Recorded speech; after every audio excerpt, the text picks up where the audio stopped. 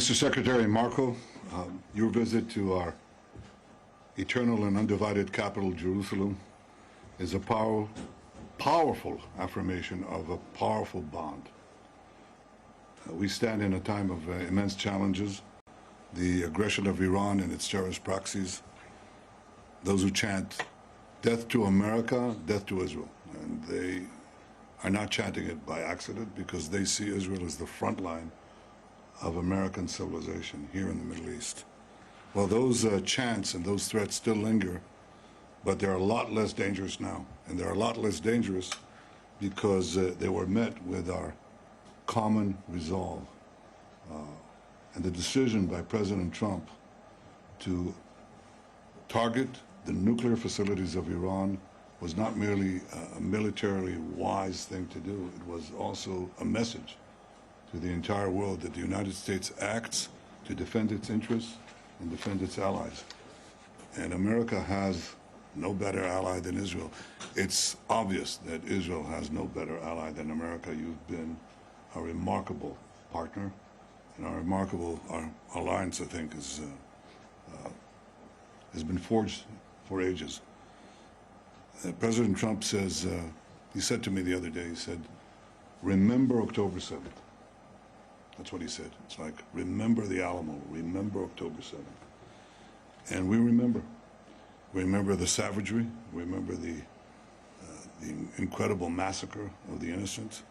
We remember our hostages, and we're committed to bringing all of them home, the living and the dead. And we appreciate all the help that President Trump and you have given us in this sacred task.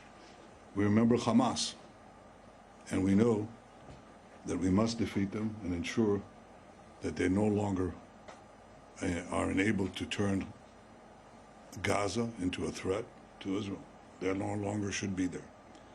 Your presence here in Israel today is a clear message that America stands with Israel.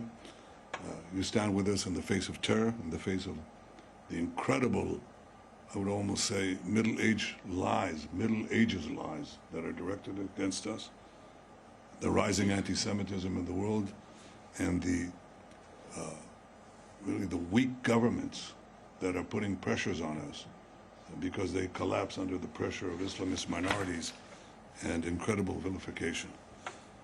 I want to thank you personally for your unwavering support of Israel's right to defend itself, for standing firmly against those who seek to isolate and demonize our nation. And I'd like once again to extend our deepest gratitude to a great friend of Israel, a personal friend of mine, President Donald J. Trump.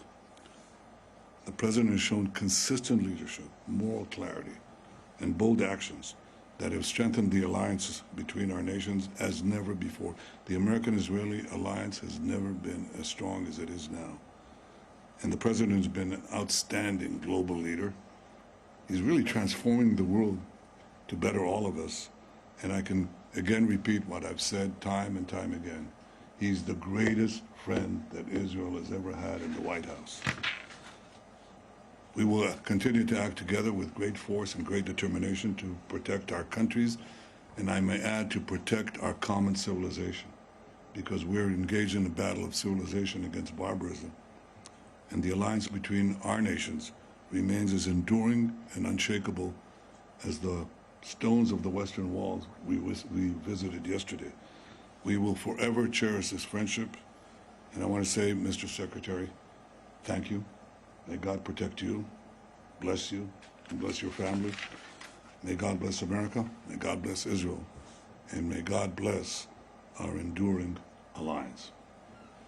Thank you, Mr. Prime Minister. And first of all, let me say on behalf of the President of the United States, President Trump, I want to thank you for your friendship and for the friendship that Israel has shown towards the United States, and so many issues we work on together that extend beyond the causes of war and peace, but advances in technology, advances in economics, and those remain strong and enduring and unwavering, and not enough attention gets paid to those links, the economic links, the cultural links.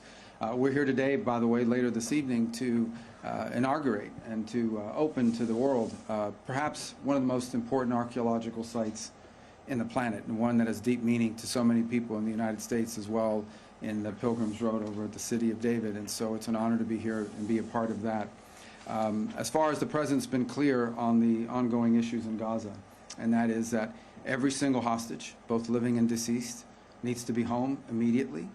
Hamas can no longer continue to exist as an armed element that threatens the peace and security, not just of Israel, but of the world, and that the people of Gaza deserve a better future, one that cannot begin until Hamas is eliminated and until all of the hostages, both living and deceased, are home. And he remains committed firmly to that objective. And that's what we seek to talk about today, have talked about today, and will continue to talk about, and that is the road forward on how to achieve those things. Those objectives remain. Those objectives remain in place.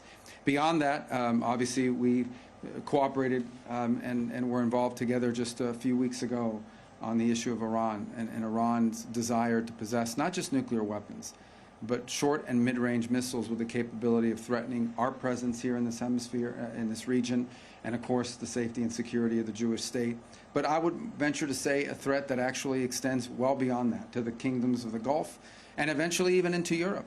In fact, some of the missiles they're trying to develop now can already range countries in Europe. And so a nuclear Iran governed by a radical Shia cleric that possesses not just nuclear weapons potentially, but the missiles that could deliver those weapons far away, is an unacceptable risk, not just for Israel, not just for the United States, but for the world.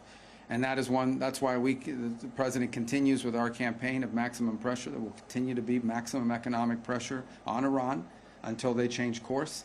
That's why we are encouraged to see our partners in Europe begin the process of snapping back sanctions on Iran. They are clearly out of compliance with what was already a flawed deal to begin with, and we encourage them to continue down that road. We 100% support that. That is exactly what needs to happen, and we remain firmly committed, as I said, to the President's objective, which he's been abundantly clear on, and I want to repeat. At the end of the day, no matter what has happened or happens, the objective remains the same, and that is all 48 of those hostages, both living and deceased, need to be home. They need to be returned. They never should have been taken. What happened on October 7th was an act of unparalleled barbarism, and what's happened since then have been repeated acts of unparalleled barbarism on the part of Hamas. Hamas needs to cease to exist as an armed element that can threaten the peace and security of the region, and the people of Gaza deserve a better future, but that better future cannot begin until Hamas is eliminated. That better future and that kind of peace is not even possible until the hostages are released, all of them, every single one. And so that's what we continue to be focused on. That's what the President wants to see happen, and that's what you can count on our unwavering support and commitment to see come to fruition. Thank you. Thank you very much. Mr. Secretary, do you think that it's possible to military disband? Thank you. Can you just state your name and the outfit you're from? Yeah, sure. Hi. Where are you from? Yeah, I'm from Israel. Okay. My name is Liza Rozovsky. I'm from Haaretz. And I want to ask if you still think that the military dismantlement of Hamas is possible. Well, Hamas can surrender tonight if they want, lay down their weapons. The problem is they're a terrorist group, a barbaric group, whose stated mission is the destruction of the Jewish state, so we're not counting on that from happening. Look, I think we would all, every single person I know, I don't know of anyone who would not rather see a negotiated settlement in which Hamas agrees to no longer be a terrorist group, lay down their arms, free the hostages, by the way, not just the hostages that they're holding from Israel, but frankly, the people of Gaza that they're also holding hostage as human shields. So that would be the ideal outcome, one we would all like to see. It's one that's been worked on. But I think we have to be prepared for the fact that savage, terrorists don't normally agree to things like that. But we'll continue to pursue that route. It's the ideal outcome, but it may require, ultimately, a concise military operation to eliminate them. We have to remember who we're dealing with here, and that is a group of people that have dedicated their lives to violence and barbarism. And when you're confronting that hard reality, as much as we may wish that there be a sort of a peaceful diplomatic way to end it, and we'll continue to explore and be dedicated to it, we also have to be prepared for the possibility that that's not going to happen. Yeah, go ahead. Yeah. איתמר אייכנר, ynet וידיעות אחרונות. מר נתניהו, האם ישראל עדכנה את ארצות הברית לפני המתקפה בדוחה? And a question to Secretary Rubio. Did you ask Israel not to advance with its military maneuver in Gaza and not to repeat of attack in Qatar? Well, I've said repeatedly that Israel's decision to act against the Hamas terrorist leadership in Qatar was a wholly independent decision by Israel. It was a decision taken by me and our top security force chiefs. It was conducted by us, and we assumed full responsibility for it because we believe that terrorists should not be given a haven, and the people who planned the worst massacre of the Jewish people since the Holocaust cannot have immunity. So we did it on our own, period. All I would add is that we are focused on what happens now, what happens next, what role can Qatar play possibly in reaching an outcome here that leads not just to the end of this hostilities, not just to the release of all of the hostages, both living and deceased, not just the disarmament and elimination of Hamas, but also a better future for the people of Gaza, which isn't possible as long as Hamas exists, which isn't possible as long as 48 hostages are being held. And so we're going to continue to encourage Qatar to play a constructive role in that regard. We're focused because at the end of the day, no matter what has happened, these fundamentals still remain. There is still a Hamas, there is still 48 hostages, and there is still a war going on. And all of these things standing in the way of a better future for the people of Gaza and a peaceful end to what's happening now. So we're going to remain focused on what we can do next. Go ahead. Can I ask, Mr. Secretary? No, you can ask anything, but there's order. Go ahead.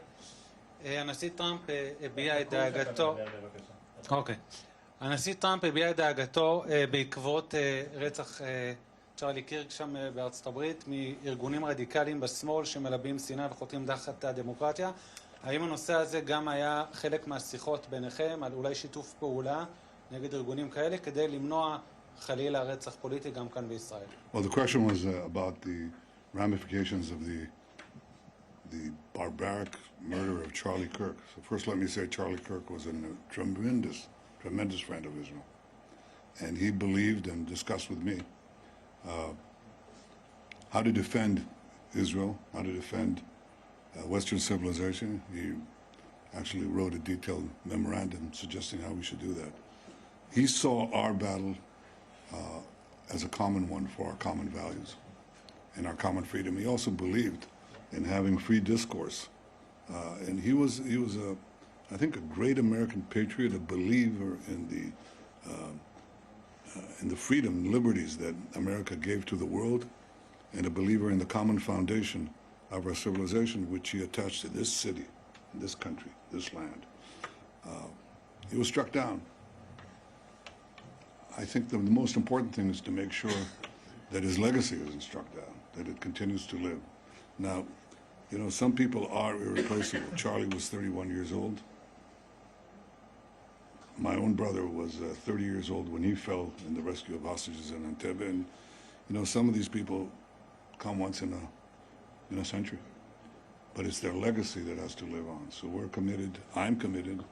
And I know the President Trump is committed, and I'm sure that's true of Secretary of State Marco Rubio, to make sure that that legacy lives on.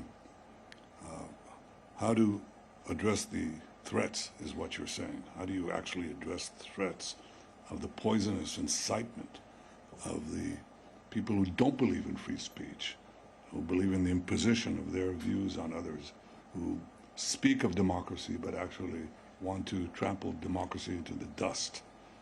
How to deal with that? I think it's a common problem. I think the world right now, the Western world, America, Israel, are being challenged by extraordinary violence from political opponents within the countries. Extraordinary violence. President Trump has, there's been 2 attempted assassinations on him. 1 nearly succeeded. I've been targeted myself with death threats, which are pretty much daily. My family is targeted. And so are ministers and public figures. They're harassed, they're threatened in Israel and in America. And this is a challenge to our democracy. Democracy is supposed to be the nonviolent resolution of conflict within a society. Nonviolent resolution. The decisions are made not by bullets, but by ballots. And these people increasingly are more and more violent. And the more they speak of democracy, the more they threaten it. They basically say that the greatest danger to democracy is democracy. You're not going to have the rabble decide. I mean, these people who go to the polls, who are they? We're the enlightened ones. We're raised above that. That's the true democracy. The true democracy is to ensure that there is no democracy. And there's double talk. There's the use of words that mean entirely different things. And that certainly won't derail us, but I'm sure that we should take all the actions independently and jointly to protect our liberties, our way of life, our democracies. Well, a couple points on, I think it's horrifying to see any human being executed before the entire world because of the social media.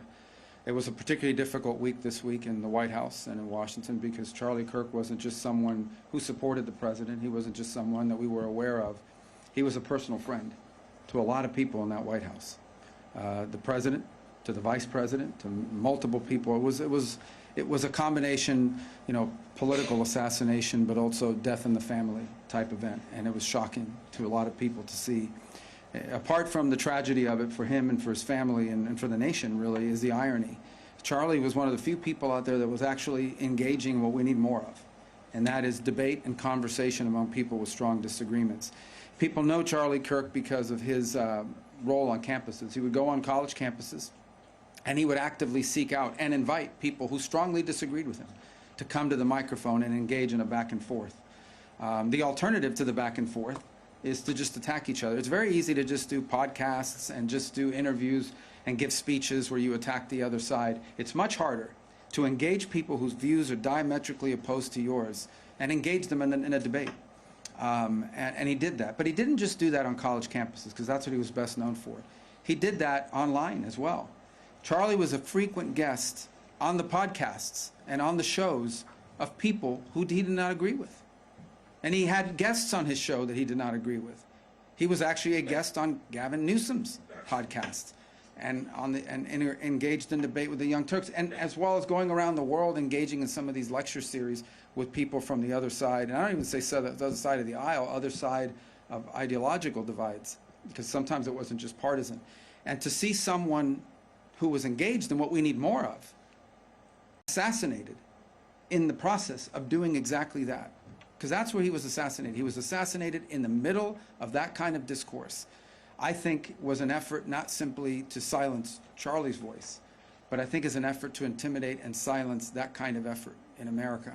And I think for the world to engage in that kind of discourse with people you disagree with. And once a society loses the ability of people with strong disagreements to engage in discourse, then the only option you're left with is either silence or violence, neither one of which is acceptable. Both are very destructive. Let's take from the foreign press. Thank you. Tom Bateman from BBC News. First of all, Mr. Secretary, you have very vocal anger from Arab countries, your Gulf allies, over the Israeli strike last week, accusing Israel of barbarism in their words. Isn't this a crisis now for American diplomacy? And how are you going to assure your Gulf allies, as the President says, that this won't happen again?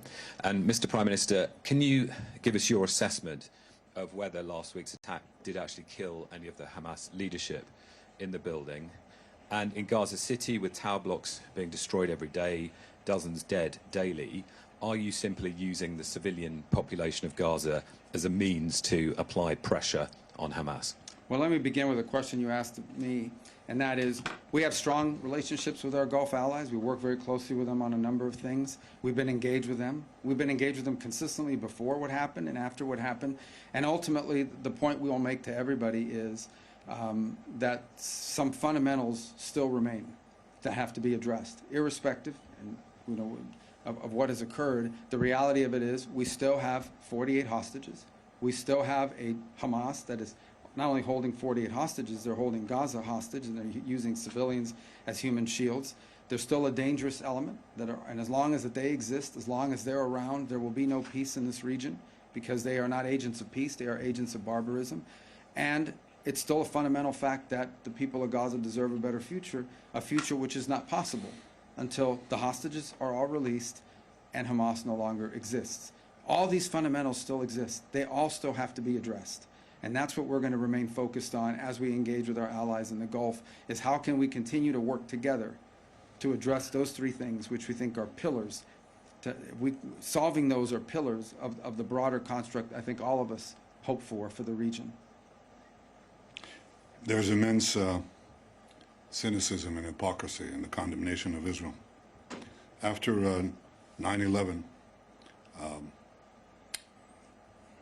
the Security Council of the United Nations passed Resolution 1373. And that resolution said that states must not harbor, give safe haven, finance, plan, or allow such actions for terrorists. It didn't say some actions in this part of the world, or some nations cannot do it in this part of the world, but they can do it in another part of the world.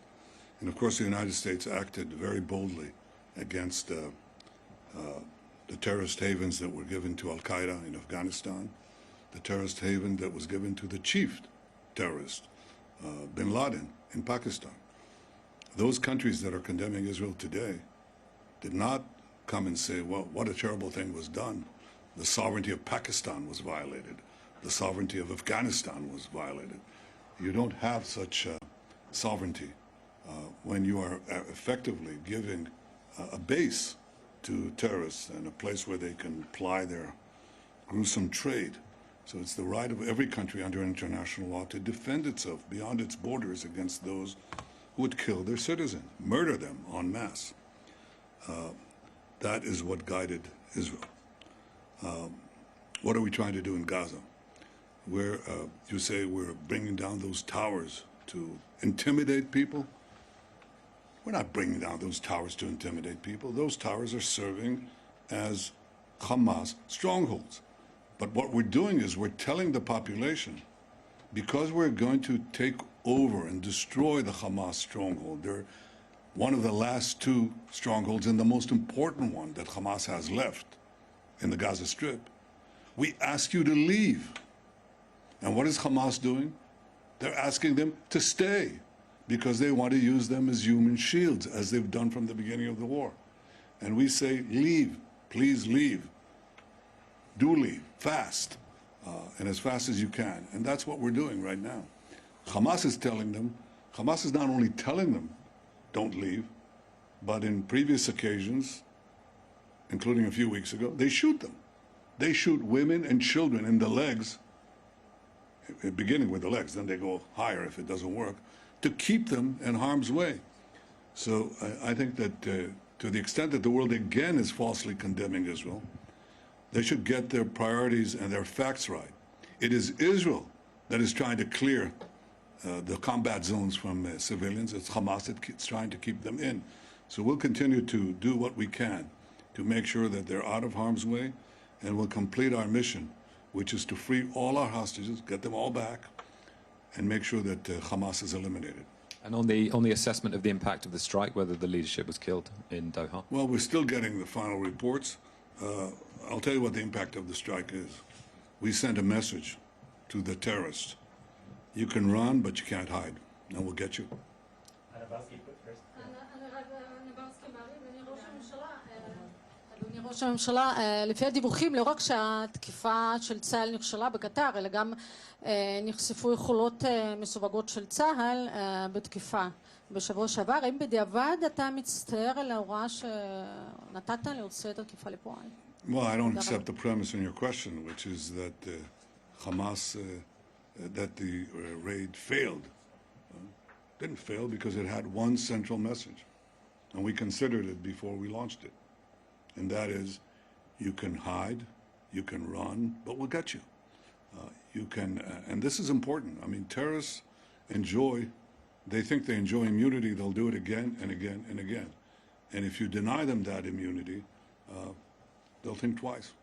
לכן הטענה שהפעולה בקטר נכשלה, אני לא מקבל אותה, כי הדבר העיקרי שרצינו להעביר זה המסר. שאתם לא מקבלים חסינות בשום מקום בעולם. זו הייתה המדיניות שלנו, וזאת היום המדיניות שלנו. Mr. Prime Minister, Robbie Grammer with the Wall Street Journal. Just to put a finer point on it, would you rule out further strikes on Hamas operatives in foreign sovereign countries in the region?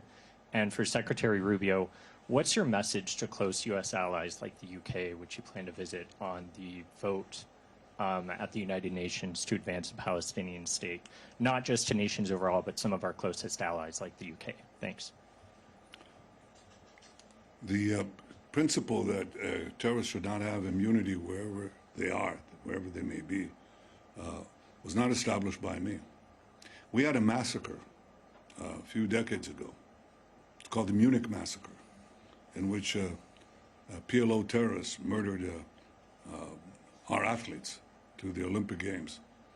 And my predecessor, Golda Meir, vowed that we shall track down these terrorists and get them one by one, which is what we proceeded to do in the leading European countries. And we did this one by one by one. I didn't hear a great cry of wrongdoing to these countries.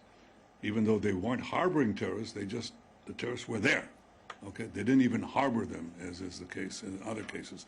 The terrorists happened to be on that soil, and we acted, which is what democracies do, including the leading democracy, when they have the ability to target terrorists to threaten their civilians.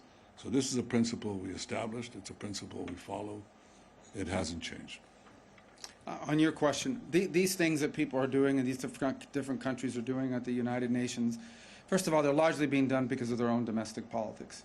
Second of all, they're largely symbolic. They have really no impact whatsoever in bringing us any closer to a Palestinian state. The only impact they actually have is it makes Hamas feel more emboldened. It makes other elements like Hamas feel more emboldened. It actually has made it harder. It's actually served as an impediment to peace. In the past, we have seen when these statements have come out, you know, maybe there's a negotiation going on. Maybe you think you've actually made some progress on getting some hostages released or an end to the war. And then these things come out, and all of a sudden these groups back off. In many cases, walk away. Hamas has walked away from agreements that they actually had tacitly agreed to. But then they see the sort of international support they believe they're getting as and they walk away from it. So we've warned of two things. One, it actually makes it harder to negotiate when those negotiations were occurring, and because it emboldens these groups. And the second is we've warned them that there will be an Israeli counter-reaction to those moves, and we've seen some of that happen as well. So I think these things have actually made it harder to end this war and this conflict, not easier. And we've expressed that to them. I've expressed that to them directly on multiple occasions, and I'll continue to do it. Now, they're going to do what they want, and they're going to continue to do what they're doing, but I'm telling you, it's actually hurting the cause they think they're furthering. Two last questions. Let's take one for the foreign press and one from the Israeli press. You take it. Go ahead. You tell them. Go ahead. It's fine.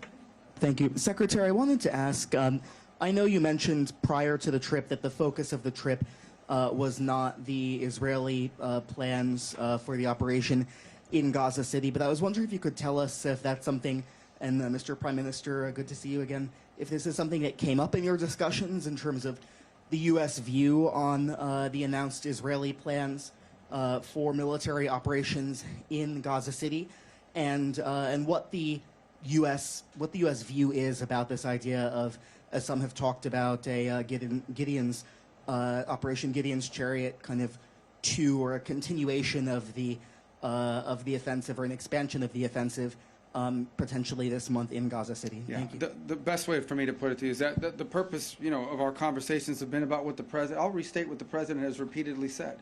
He wants every single hostage released. He wants Hamas eliminated as a threat, and he wants to then have the United States be helpful in rebuilding Gaza for the future that's going to be peaceful and prosperous, and not have elements like Hamas operating. That's the goal. Now, how do we achieve that? How do we get there? That's what we're always talking about. That's what we talked about today. And that's going to continue to be the focus of our engagement in this. We want all of the hostages out, all of them, every single one of them, both living and deceased, all of them. There should never have been hostages. This should never have happened. Okay, this happened because on October 7th, these animals, these barbaric animals, conducted this operation, and against innocent people that had nothing to do with any of this.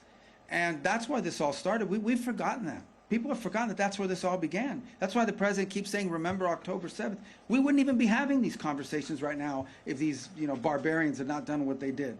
So this is what brought us to this point. It needs to end. And how does it end? It ends by eliminating the people who did it, by ending them as a threat. It ends by releasing every single hostage, both living and deceased. There should never have been a hostage. There should not be a hostage now. And then, when all of that is done, then we can begin the work, I hope, internationally, to providing the people of Gaza the kind of future that they deserve, but that they will never have as long as a group like Hamas exists. So that's been our focus, and obviously, we have been the focus and at the core of much of what we talked about. How do we achieve what I believe is a shared goal, not just of the United States and Israel, but of multiple countries around the world and certainly in the region who want to see the same outcome. And that's what we've been focused on. That's been the president's focus. And he wants that to all happen as soon and as quickly as possible. You asked a question. What was the tail end of your question?